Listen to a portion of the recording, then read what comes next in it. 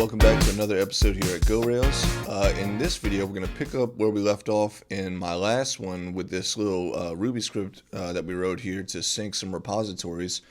And when we last left off in that video, we talked about, wanting to be able to share this easily, maybe, handle some errors a little bit more, and also maybe practice some OOP if we can. So that's what we're going to do in this video. So we're going to take this little script and we're going to break it up into a couple different classes. And what we're actually going to do in order to make it shareable easily is to make a gem with an executable in it. So with that said, let's go ahead and get started. Okay, so to get started, the first thing we need to do is to create our gem. Okay, and we can do that with the bundle gem command. So if we say bundle gem, just like this, and then we give it a name, let's continue using the repo sync name. So we'll say bundle gem repo sync. We can hit enter on that and it'll generate a bunch of files for our gem. And now we can change into the gems directory. So cd into repo sync. And let's go ahead and open this up in our editors. Now, one of the things we need to do to get started here is to fill out our gem spec. Okay, so if we open up this file, you'll see in here there's a few lines that contain to do in them. As you can see right here, here's one and there's the next one and so forth. There's a few of them.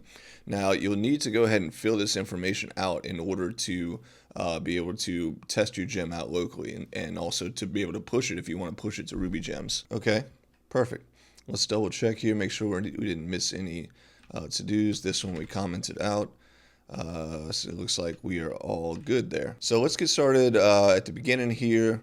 So let's first make the executable file that is going to kick this whole thing off. So what we're going to do is we'll come up into bin here. Okay, inside of bin, I'm going to make a new file and I'll call it sync repos. Okay, now this will be the name that you'll type on your command line, and when you hit enter on it, it'll go ahead and then run or execute that file's contents. Okay, so we'll hit enter on that. We have our new file here. Let's go ahead and start this off with a shebang line. So we'll say hash exclamation / user / bin / env and then Ruby. Okay, and now the next thing we want to do is we want to require the reposync.rb file that lives inside of our lib directory. Okay, so we can say require repo sync, just like this. And now let's go to this repo sync file and check it out. So repo sync in lib right there. Okay, I'll open that in a new tab here. So okay, as you can see indicated from this comment, your code goes here. Now, not all of your code has to go here. You can do the main starting point or the main bit of your program here, and then you could require other files so that you can keep things separate, which is what we're going to do here. It'll allow you to keep a couple small classes that hopefully are very easy to navigate. And then right here, is where you kickstart everything to make your program run. So let's go down that line. I'll change it here. And now to get started here, let's just make a class method that just prints hello world, for example. So let's just say def self dot. Now we can call this the method here what we actually want to use. The body of the method will just print out hello world, for example. So I think what I'm going to do in this video here is kind of write the code that I want to have, and then we'll figure out how to make it happen as we go. So I'd like to be able to call reposync.sync repos. Okay, so there's our class method, and again, for now, let's just puts hello world. And now the reason we did this is we want to just test out this executable here and make sure everything's working and operating before we get too far here. So now what we need to do is back in this executable here in the bin directory, the sync repos executable. Now that we've required the repo sync file, we can say repo sync dot sync repos. Okay, so now we have one thing we need to do. Right now, if we were to list out this file, or actually let's list out the bin directory here, we will see that there's these other two executables clearly indicated here that they are executable. You'll see in the permissions here, both of them have the X in there. The one that we just created does not, so we need to make that file executable. So we can say commod a plus X, and then we can give it the name of the executable that we want. So we'll do bin sync repos in this case.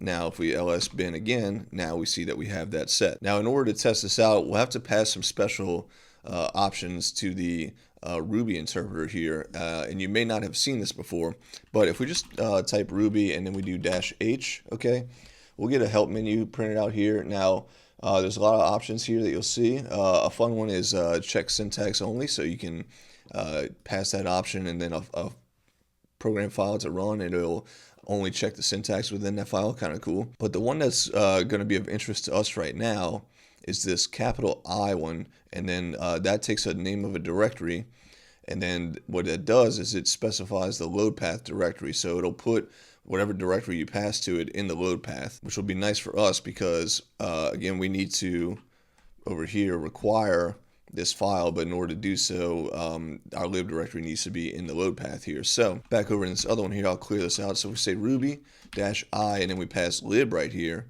Now what we can do is we can do /bin and then sync repos, and we should see our hello world, and indeed we do. Now once you publish your gem and a friend of yours say installs it, they won't have to run the executable like this. Once they install the gem, they will have this executable at their disposal, so they will just be able to say sync repos on the command line and it will run. So they would just be able to say this and hit enter, and instead of seeing this command not found, it would find it, and then they would actually run our program, which is really cool. Okay, so now we've got it set up to where we know that we can run our gem successfully and see some stuff actually work. So now we can get started in building the script again, or our gem again, that we want to share. So again, keeping with the theme of writing the code that we wish we had and then implementing it, let's go ahead and get started there. So the first thing I want to do once we call this method is, just like in our script, we want to make sure to change into our code directory. Now again, we're still keeping with the conventions that we have from that little simple script that we started, that the repos that we want to loop over and sync up live inside of a code directory that lives off of our home directory. Okay, we're going to keep that convention. We're also going to keep the convention that you need to be on the main or master branch for a given repository in order for this to run successfully. And again, the nice thing about packaging this up into a gem and sharing it around is that, you know, other people can work on it with you, which is really nice. Now, they could, you know, you could push the script to GitHub and work off of that. But I think that building a gem, for one, it's a good experience to have doing, you know, working on a gem and publishing gems and stuff, but you'll be able to, you know, cut new versions as you build this thing out over time. So, okay, we want to say dir dot change dir, and then where do we want to go? We want to go into our home directory, but we want to go into the code directory off of that home directory. So we can say dir dot home, okay, just like we did in our script here, and then we'll say /code. Now we're going to pass that a block, because if you remember, the change dir command, if given a block, it'll change into this directory and then execute the contents of the block within that directory. And then after the block exits, the process will be put back into whatever directory that this program was run from. Okay, so now that we are inside of our code directory, I'd like to, if we had like a constant that was like called repo list, for example. Okay, and then maybe repo list dot each do, and then each one of those would be a directory, or it would actually be a directory name. So maybe we'll say dir name, and then really what I'd like to just have is like, you know, something like repo dir dot new, and then give it the dir name, and then call sync on it, so that we just make a repo dir object and we just say, hey, sync yourself. And then since we'll be looping through this, again, I'd like to put some space in between things just to have a bit of clarity here. So at the end of this loop, we can just do a couple new lines maybe. All right, so we've got a couple things here that we don't actually have yet. Again, we're writing the code that we wish we had, and we're going to make it happen next. So the first thing is that we don't have this repo list constant. Now, we could write it in here, or we could put it in another file. I think I'm going to put it in another file actually, just to keep things kind of nice and neat here, and then we'll require that file in. So let's see, inside of lib here, inside of repo sync here, we already have a version.rb file. And then what I'm going to do now is I'm going to make a repo names.rb file. Okay, and then I'm going to paste in this constant that I have here with the array of names in it. Okay, I'll save that, and now back over here, let's go and make sure that we require that file. So we'll say require relative, just like above here, repo sync, slash repo names, I believe is what I called it. Let's see, repo names. Yep, repo names. Okay. All right, so we've required that file. That file has a constant in it, which is repo list here. Okay, again, if we go check that out here, names, repo names, there it is, repo names. There's our array. Okay, so that takes care of repo list. The next thing that we don't have is the repo dir class. So let's go make that now. So again, inside of lib here, repo sync, I'm going to make a new file here called repodir.rb, and now that will be, we'll start with a module for repo sync, and then we'll make a class repodir inside of here. All right, okay, that's a good start. Now, let's see, what do we need next? So we're calling .new next, and that needs to take in the name of the directory. So let's go make an initialize method that takes in a parameter next. So we'll say def initialize, and then let's make that take in dir name. Okay, and now we can say at dir name equals dir name. Now let's make an adder reader for that. So let's say adder reader dir name. What do we need next? So now we are trying to call a sync method on that instance of repodir that we just created. So we need that. So we'll say def sync. All right, now our sync method is really going to be where all the stuff happens for a given directory, okay? So the first thing we need to do, we've changed directories into the code directory, but now we need to change directories into this repository directory here, okay, that we're working with. So let's say dir.change dir, and then we want to change into the dir name here, so we'll call that adder reader to get that that value of that attribute read. So we'll change into the directory for this repository. Now what I'd like to do first is announce that we are we're starting to update this repository, okay?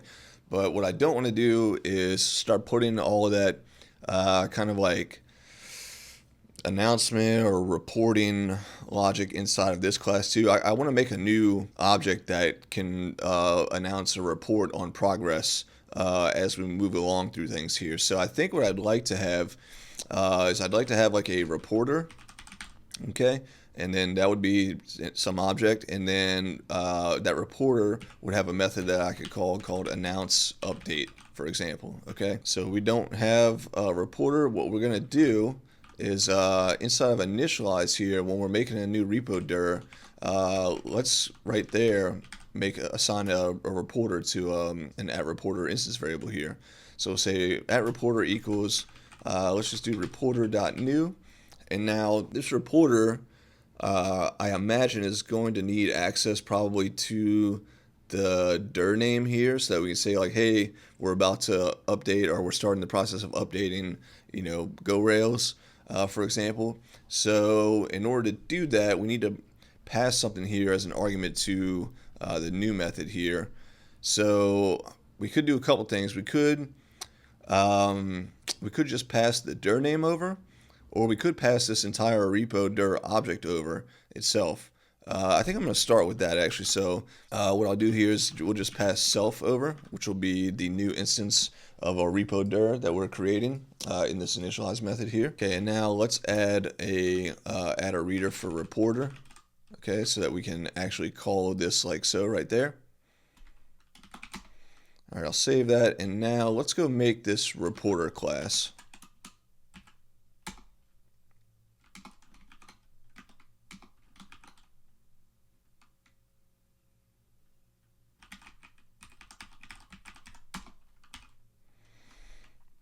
All right, so again, we'll say module repo sync, and then we'll have a class called reporter, okay? And then let's make our initialize method, and then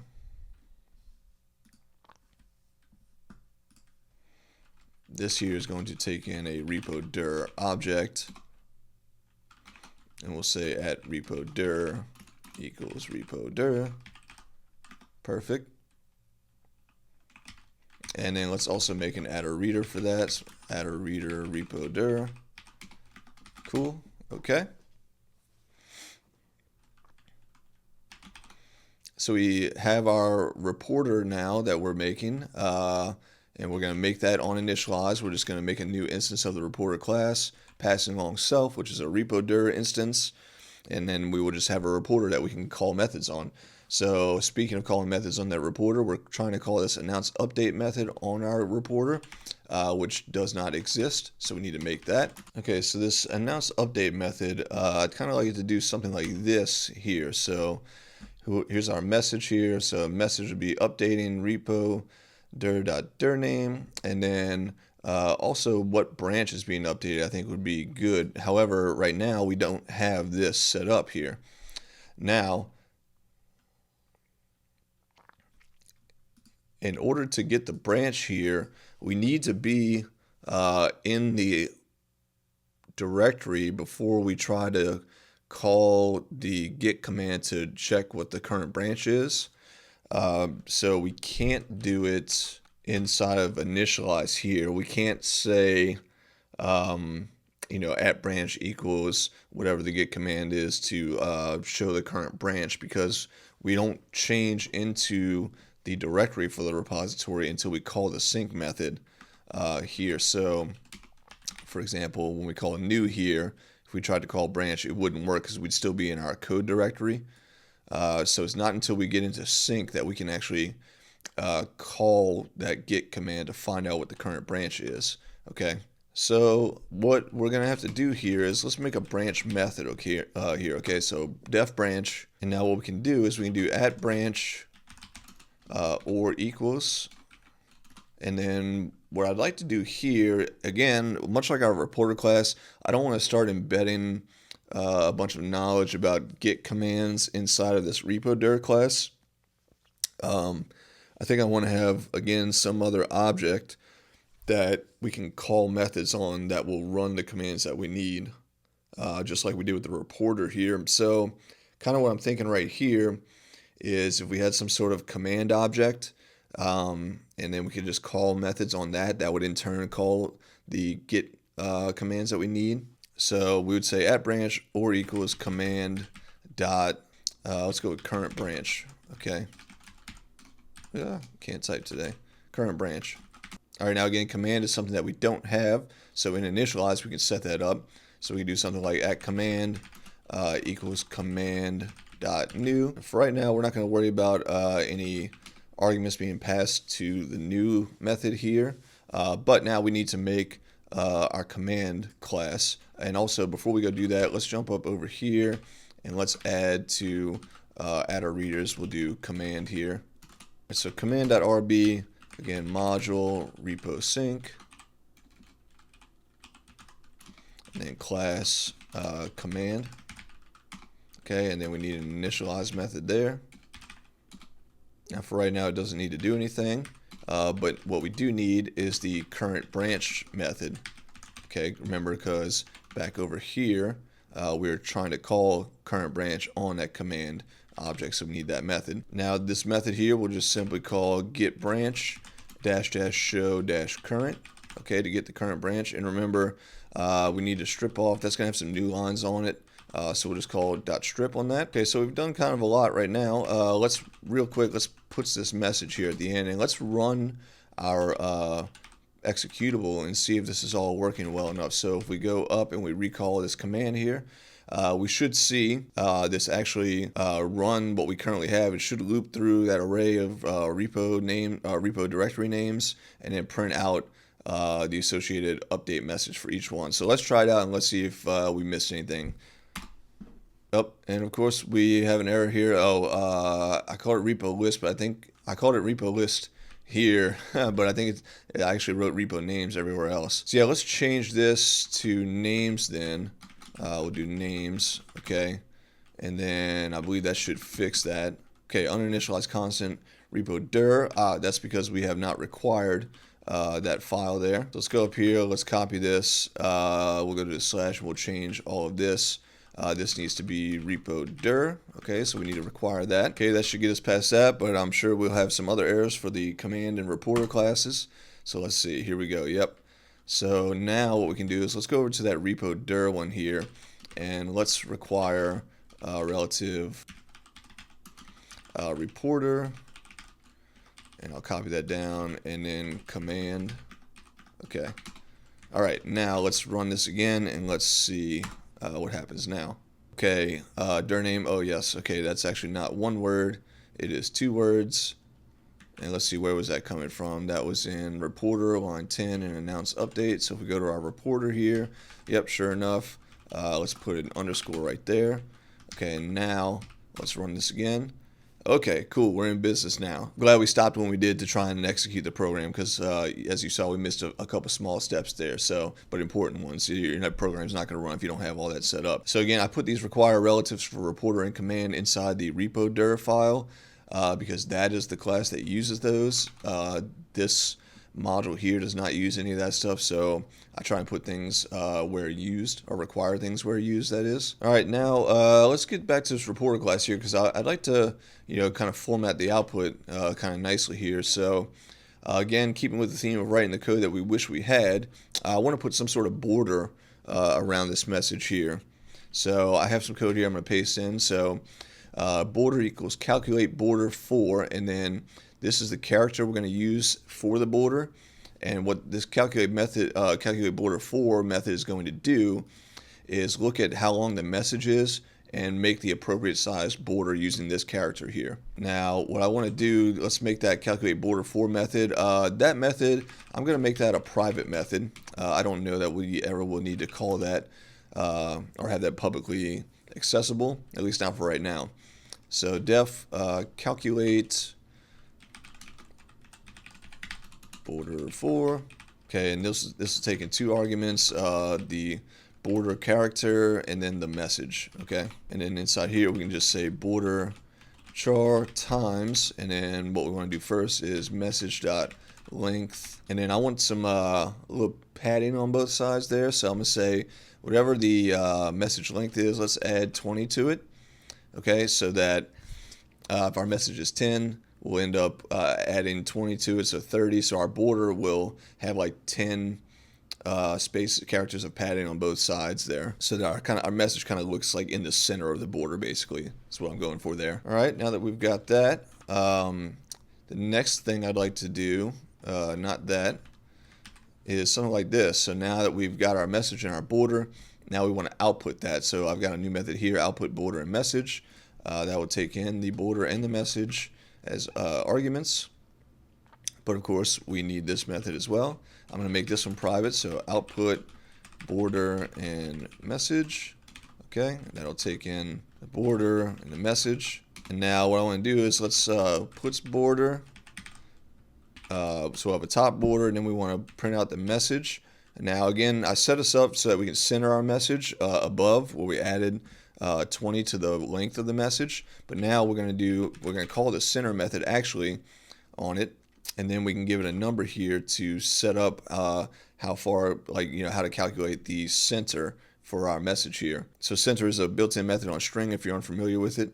And then what we're going to do right here is pass in the border.length as the value for that, and then we'll put border again at the end. So we'll have borders top and bottom.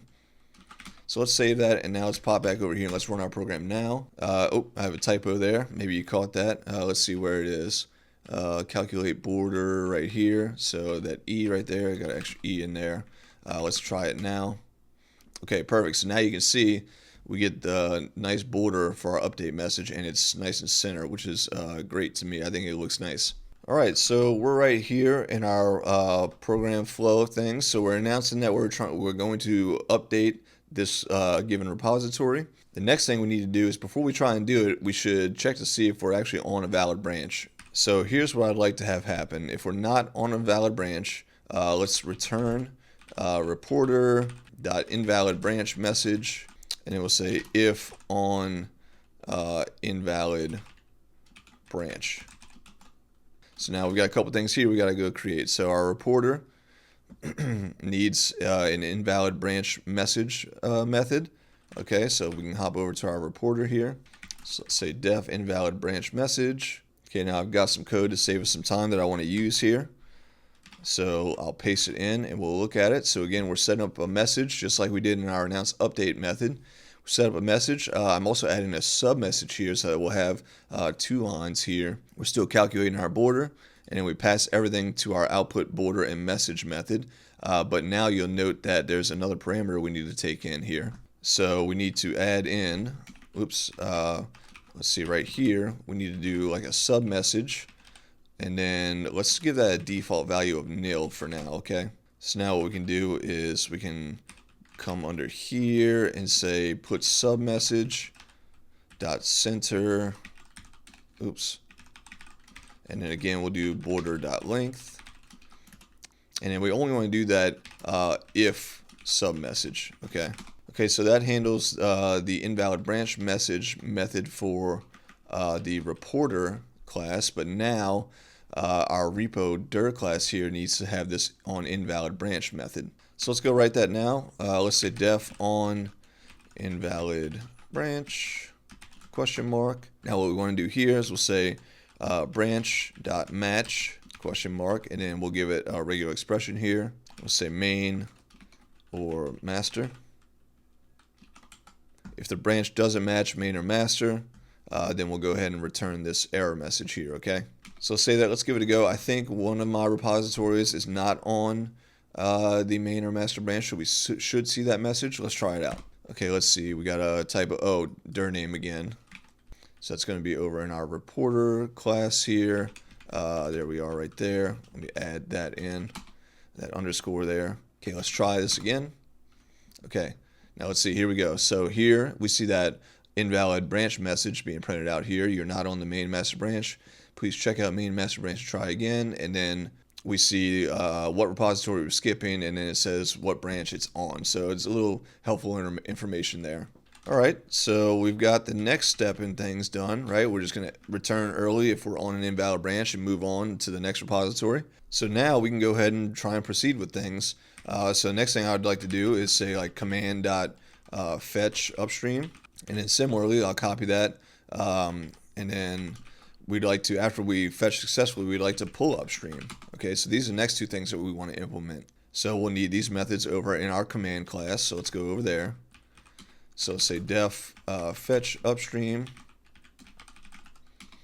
Okay, and then def pull upstream.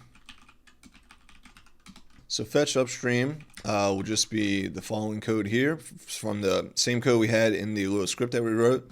And then similarly, we can copy this line, come down here and paste that in. And instead of fetch though, we want to say pull. So we have those, but also it might be nice to, like we did right here, announce that we're about to do that. So like if we had reporter, what if we just had like a generic announce method, and then it could take in an argument of kind of like what we're doing here. So for example, here we could say fetching, and then if we copy this and paste it in here and change this, we can say pulling, right? So that we would get a message printed out of like fetching blah blah blah from blah blah blah. And let's kind of add some space here to get these steps isolated here. So we need this announce method on our reporter class, so let's go do that real quick. All right, so I have an announce method already stashed off over here that I'm going to just paste in. So here we are. So announce will take in an action. In our case, what we passed over in the repo dir class, again, was fetching and pulling.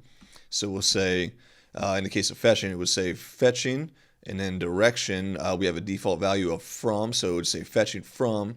Remote has a default value of upstream as well, so fetching from upstream, and then we'll print out the branch name. And then similarly, when we go to pull, we would just say pulling from upstream branch name. So if we make sure we have everything saved here, if we come back over to our other terminal tab and run our program, we will see that we get this error, and that's because we're trying to access information off of repo dir, but if you remember in our initialize method, we're not doing anything there. We're not taking anything in, so we need to fix that. So here we can say repo dir, okay, and then again we'll do at repo dir equals repo dir, and then let's add an adder reader for that, repo dir. All right. Now what we need to do is over here where we're calling command.new and initialize in our repo dir, we need to pass self over there as well. Okay, so now our command class should have that repo dir that we're working with, much like our reporter does here as well. Okay, so they're sharing, these two classes are sharing that same repo dir instance. Okay, so now let's try and pop back over here and run our program again. Okay, so as you can see, we started to go update GoRails, and then we're on not a main or a master branch, so we see our error message, and then scrolling through everything else, we can see that we're actually moving right along. We're updating, what we're doing, and we're printing that out very cleanly, so that's awesome. So what happens if we say, for example, fail to pull here? So in that case, we want to do something like return reporter dot failed pull message, and then we only want to show that unless the command before here this didn't happen successfully. So if you remember from the last video, when we use backticks like we're doing over here in the command class to run these git commands, it sets a global variable of $? To the process status of that running this command here. Okay, so what we can do is we can say let's return reporter.failed pull message unless $? Was successful, or in this case .success ? So if this was successful, we will not do this, but if this was not successful, we will indeed go ahead and show this message here, but we need this method here for failed pull message. So let's go write that next. All right, so I have that method queued up. Let's paste it in right here and give it a look. So very similar to like our invalid branch message. We just set up a message and a border, and then we just call our output border and message method to have that stuff show up. So next in our sync method, what we need to do is we need to push to our origin if everything is going successful here. So let's say command, we want something like, very clear, push to origin. And then, to end this out, I'd like to do something like reporter dot announce success. Okay, so these will be the last two things that we're going to implement here to get this all working. So first things first, we need this push to origin method on our command class. So let's go write that. Okay, so we'll say def push to origin, and then that method body just needs to run this git command. Okay, so there's that. Ooh, and actually, you know what we should do? We should announce that we're doing that before we do it here. So like we should say reporter dot announce, and then now here we can pass in several arguments to change the message up here easily. So we can say, in this case, we want to say pushing, so nothing's new there. However, if we go back and look at the announce thing, there's some default values. So currently, if we just say pushing, it's going to end up saying pushing from upstream and then the branch name, which we don't want. We want to say pushing to origin in this case. So that's exactly what we're going to write in here for these next arguments here. So we'll say pushing to origin, just like that. And let's separate this out a little bit. Okay, so now we'll announce it, and then we'll go ahead and use that method on our command object, push to origin, to run this command here. Okay, so that should be good. But the next thing we need is this reporter.announce success method. So let's see, I'm going to put it up here by announce update. I'll just paste it in. So looking at this, it just prints out successfully updated. We're going to catch ourselves again right here. Fix that before it blows up on us after we've missed it every other time so far. So we'll say successfully updated, whatever this directory is, and then the branch. So now we should be able to pop over here and see that all in action. Okay, cool. So very clean output here, and if something goes wrong right now, we're just skipping over that. Again, this is not much different from the initial script that we wrote. What we've done now, though, is we've created objects to do these things instead of just, like writing procedural code. We have a few classes that we deal with to orchestrate everything here. And if you look at them, this, first of all, this main module, very tiny. All it does is just loop over them, the repo names, and then just make a new instance of this dir, and then just say sync it. Very simple, straightforward. And then from there, we have this repo dir class, which is not all that long. You have 42 lines of code in total, and really it only the real main piece of this class here is this sync method. This controls everything that needs to happen with a given repo directory. And then we pass along that responsibility of announcing progress and errors and stuff to our reporter class. And similarly, this command class, or command object and reporter object rather, we just use what we have in order to call those methods to work on. And then, we pass along that responsibility of reporting things and running commands to other classes, which in themselves are also not very much code either. Again, this reporter class, 51 lines of code. Command class, only 25. Very simple class here. But, it provides us a nice little separation of concerns there. So now there's one thing we need to do here in order to make this fully work when we go to push it and someone installs this gem. We need to open up our gem spec again. And what we want to change right now is this line right here, this value of spec.bin_dir. Right now it's saying the name of our bin_dir is exe. We don't have that. If you look through here, we don't have that stuff here. So what I'm going to do is I'm going to change this to say bin. Okay. Spec, I'm going to add this line here under spec.executables for another spec.executables. That method returns an array. And what we're going to do is we're going to push into that the name of our executable, which in our case is going to be sync repos. So this way, when installed, the gem knows that, hey, it has this executable for sync repos, and we can find everything successfully because we've set up not only this line, but then also here we've set up our bin_dir properly to point to our actual bin directory. Now, I'm not going to push my version of that to Ruby gems. I have something already pushed to Ruby gems that's the same exact code pushed to Ruby gems. It's called get funky. And if we take a look at it, if we go to lib, you'll see that the code is the same here. So, and here's where we're doing all the requires. I named some things a little bit different. I named it work repo names for that constant, which is what I'm using right here. But everything's the same, pretty much.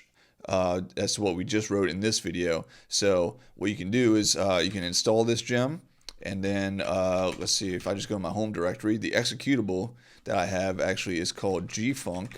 I thought that was a clever name here. So we look at bin gfunc rather, to put some extra little pizzazz on it there. Instead of the U, I put the O. So now, to show what a working example looks like, now that I'm here, I can be wherever in my file system, and if I just type gfunc, you'll see that the exact same stuff runs just like it did when we were just locally using the gem that we built. Alright, so with that, we'll end this video here. My apologies for the long video, but I think it was worth it to put the detail in there. I hope you found it worth it as well. And until next time, take care, and I'll see you later.